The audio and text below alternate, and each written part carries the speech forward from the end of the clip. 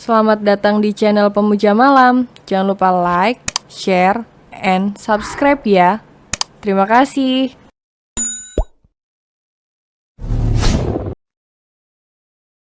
Episode 31 berada di titik luka paling dalam. Semua mata melihat ke arah Nyonya Natalia yang sedang duduk di sofa rumah Nyonya Valeria. Ibu kandung Nyonya Natalia begitu geram setelah mendengar dari Ozu bahwa mamanya sendiri yang mengatakan dia bukan putra Sean. Bahkan dia juga tidak lahir dari rahim Natalia, melainkan dia lahir dari kakak mamanya yang sedang berada di rumah sakit jiwa. Kamu benar-benar tidak punya otak. Papanya yang duduk di kursi roda ikut bergetar karena emosi. Tidakkah kau pikirkan apa efek yang ditimbulkan oleh perkataanmu untuk cucuku Natalia? Kali ini Nyonya Valeria juga ikut menghakimi menantunya. Nyonya Natalia meringkuk, kepalanya terasa berdenyut. Seperti yang pernah dialami oleh Lily, kini ia juga merasakannya. Kedua orang tuanya mengamuk dan menghajarnya tanpa ampun.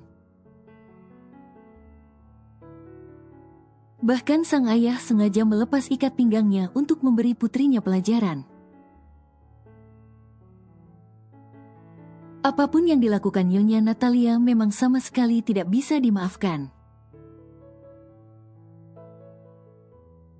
Ozu bisa saja kehilangan kendali dirinya dan benar-benar menodai istri papanya karena percaya dengan ucapan mamanya. Dan jika itu terjadi, dosa besar tidak akan terelakkan, apalagi jika Lily sampai hamil. Oh, membayangkan saja semua akan merasa sakit kepala. Oh Tuhan. Ayah Nyonya Natalia sangat murka dan membuat dadanya kembali merasa sesak.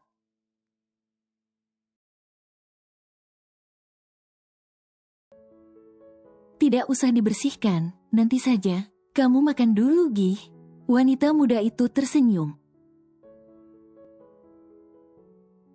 Senyum yang hanya sebatas bibir, matanya selalu dipenuhi kabut air mata. Biar bagaimanapun dia adalah seorang gadis yang baru saja patah hati. Lily duduk menerawang, bibirnya berusaha mengukir senyum. Lily kesepian meski berada di keramaian. Rasa nelangsa menggerogoti jiwanya, rindunya menghujam menusuk bertubi-tubi. Ia hanya mencoba melepas masa-masa kelam. Tetapi yang ada ia semakin jatuh dalam kerinduan pada suaminya. Air matanya menetes. Mas Sean, Lily rindu. Rintih Lily menghapus air matanya berulang-ulang. Tetapi air matanya akan tetap jatuh tanpa henti. Sosok Lily mungkin berada di luar jarak pandangan Tuan Sean. Tetapi tidak pernah sedetik pun keluar dari pikirannya.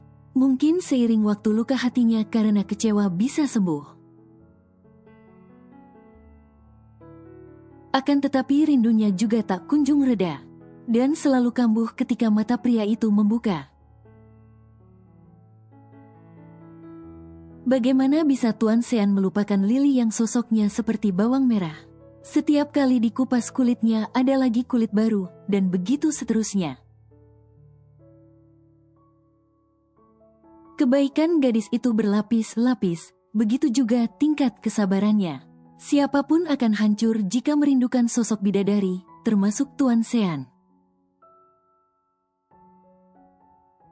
Tuan Sean terpaku ketika asistennya mengatakan surat perceraian mereka sudah diurus. Hati ingin menghentikan namun bibir tidak mengatakan apa-apa. Istri muda Tuan juga meninggalkan rumah di hari yang sama Tuan pergi. Seketika Tuan Sean luput, ponsel di tangannya meluncur menghantam lantai. Buru-buru Tuan Sean menyambar jasnya yang tersampir di sofa kamarnya. Dan bergegas secepat mungkin untuk pergi. Tuan Sean tidak sanggup untuk menyetir, dia memutuskan memesan taksi.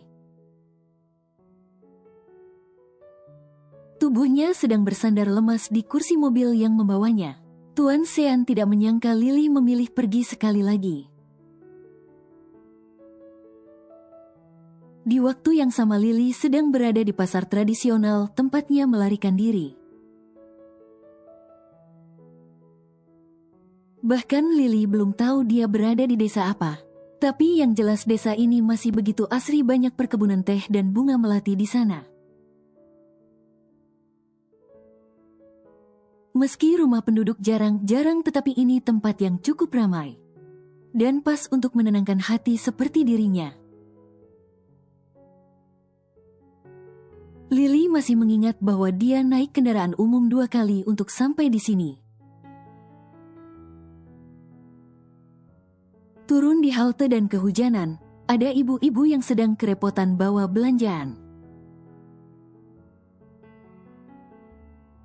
Membuatnya ikut turun dan berniat membantu karena sedang hujan. Tidak menyangka dia malah diberi pekerjaan oleh ibu tersebut. Lily tidak punya tujuan dan dia bisa bekerja apa saja, jadi dia terima dengan senang hati. Meskipun banyak di antara warga yang melihatnya penuh kekaguman, tetapi Lily merasa biasa saja, banyak yang mengira Lily keturunan bule. Dan Lily tidak mengiyakan ataupun mengelak, terserah pendapat orang. Waduh, kok tumben pesanan di desa seberang minta diantar.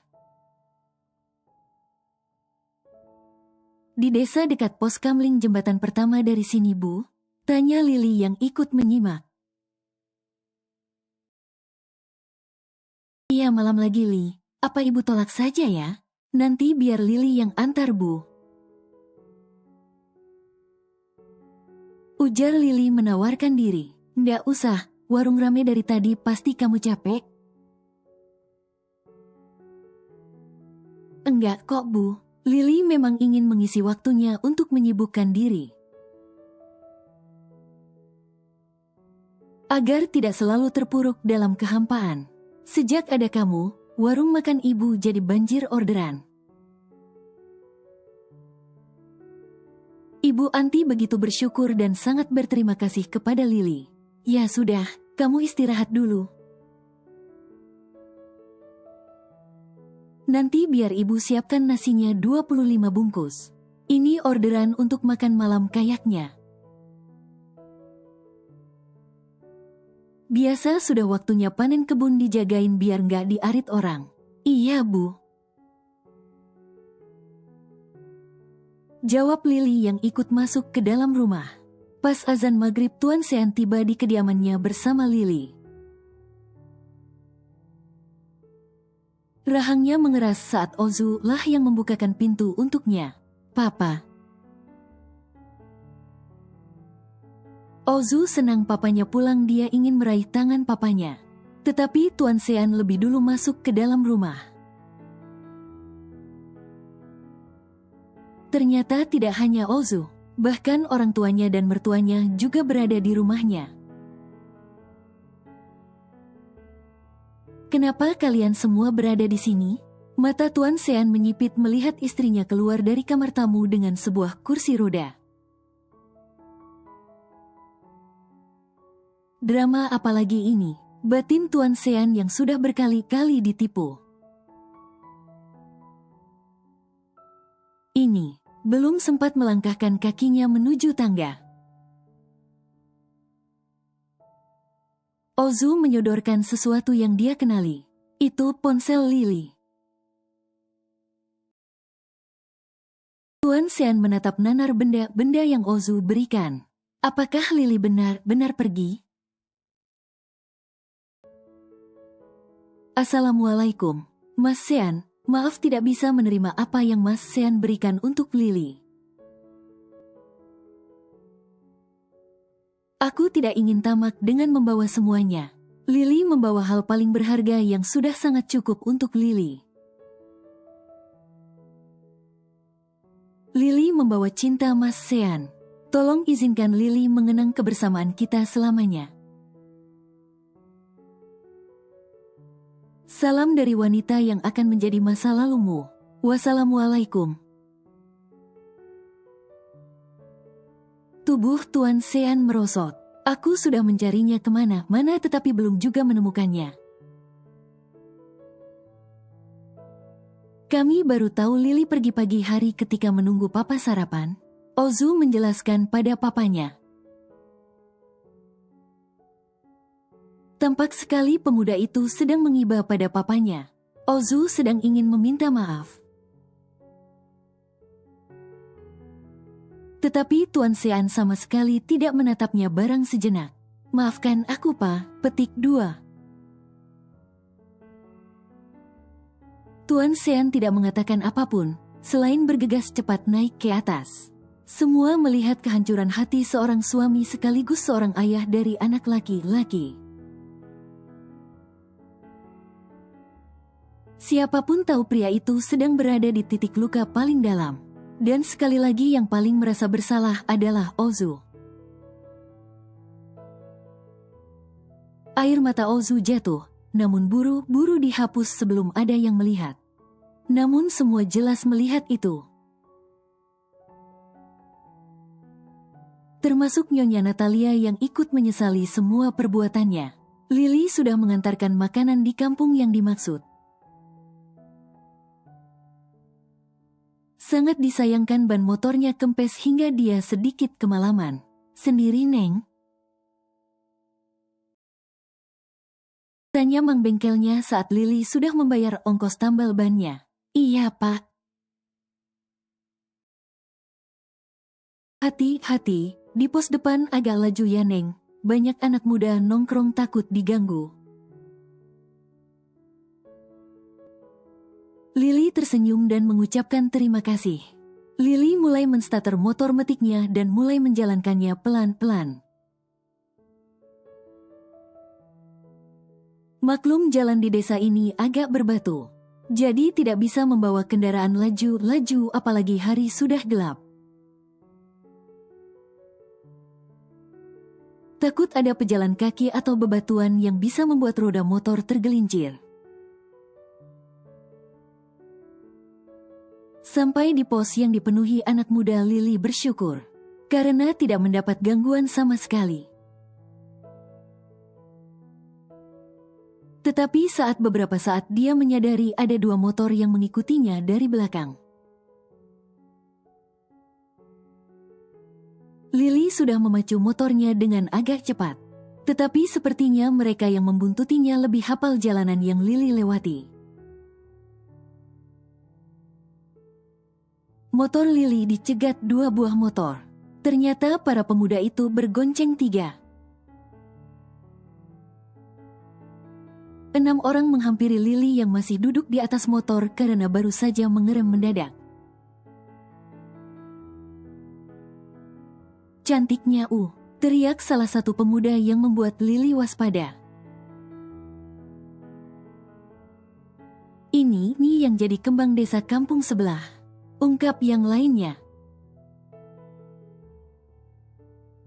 Tolong jangan ganggu saya harus segera pulang, ucap Lily yang mencoba menepis tangan pria yang ingin memegangnya. Jangan buru-buru manis, kita bersenang-senang dulu, nanti kami antarkan pulang. Tidak, tolak Lily tegas. Jangan buat kami bermain kasar, bentak salah satu pemuda yang seumuran dengan Lily. Aku akan teriak, ancam Lily.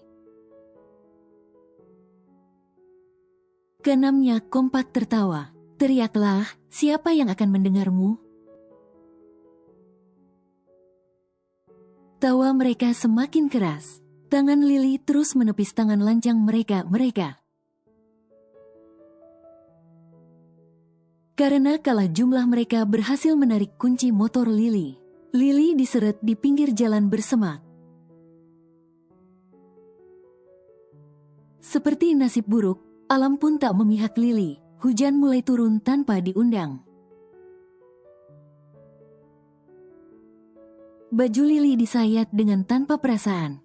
Di bawah guyuran hujan Lily memberontak dengan sekuat tenaga. Tetapi beberapa dari mereka sudah terlanjur berbuat telanjang. Lily menangis sesenggukan. Dengan menendang-nendang pria yang akan menarik celana levis yang ia kenakan. Tetapi lagi-lagi jumlah mereka yang banyak membuat Lily kewalahan. Bibirnya juga sudah dibekap. Tangannya sudah dijerat, begitupun kedua pahanya yang ditindih dua laki-laki sekaligus. Lily sudah hampir menyerah saat tangan pemuda lainnya lancang menggerayangi tubuhnya. Lily hanya bisa berdoa dan memohon pertolongan kepada Allah. Lily sudah putus asa. Namun tiba-tiba cahaya lampu mobil terlihat, membuat para pemuda mencoba membawa tubuh Lily semakin masuk ke dalam semak. Tetapi ternyata mobil itu berhenti dan membuat para pemuda itu mulai panik. Tolong! Lily berusaha berteriak meskipun bibirnya dibungkam. Woi! Seorang pria turun dari mobil dan memukuli satu persatu pemuda yang sudah melecehkan Lily. Badan pria itu tinggi besar, ditambah aura kejantanannya yang semakin membuat pria itu berkarisma. Para pemuda itu mulai panik dan segera kabur satu persatu, karena ternyata pria itu pandai berkelahi. Lily tidak mampu melihat dengan jelas siapa yang membantunya, tetapi wangi parfumnya terasa familiar. Pria itu segera menghampiri tubuh Lily yang sudah berantakan, saat lelaki itu melepas jasnya dan mengulurkan pada Lily. Baru saat itu keduanya saling berpandangan.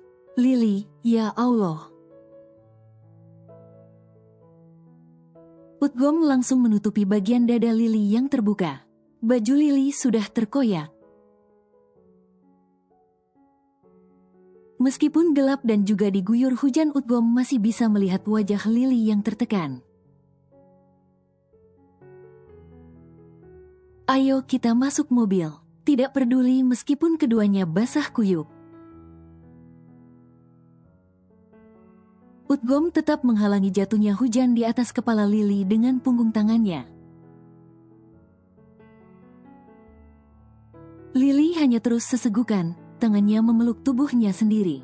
Utgom sendiri tidak menemukan apa-apa di dalam mobilnya. Karena dia juga bukan pria kantoran yang akan membawa baju cadangan. Bibir Lily mengeluarkan darah. Lehernya penuh tanda merah hasil perbuatan kotor para pemuda berandalan. Utgom hanya menatap prihatin tanpa berani bertanya apapun. Karena menunggu Lily tenang, Li, bersihkan dulu bibirmu. Utgom memberikan kotak tisu. Bibir Lily bergetar. Tangan kecilnya juga gemetaran membuat Utgom berinisiatif untuk membantu. Biar ku bantu. Utgom baru ingin menempelkan tisu di belahan bibir Lily, ketika tiba-tiba puluhan motor datang mengelilingi mobilnya. Kak Utgom, cicit Lily ketakutan. Biar aku turun dulu, ujar Utgom yang dibalas gelengan kepala oleh Lily. Aku harus turun Li, kita juga tidak bisa kemana-mana, mereka menutup jalan. Ujar Utgom yang melihat barusan motor sengaja diparkir di depan mobilnya. Tapi Kak, Lily belum sempat menyelesaikan ucapannya ketika kaca mobil dipukul dengan batu. Perbuatan anarkis yang membuat Utgom geram. Utgom segera turun dari mobil, meninggalkan Lily yang sangat ketakutan. Entah apa yang Utgom bicarakan pada puluhan pria itu, tetapi sepertinya mereka ingin memaksa Lily untuk turun.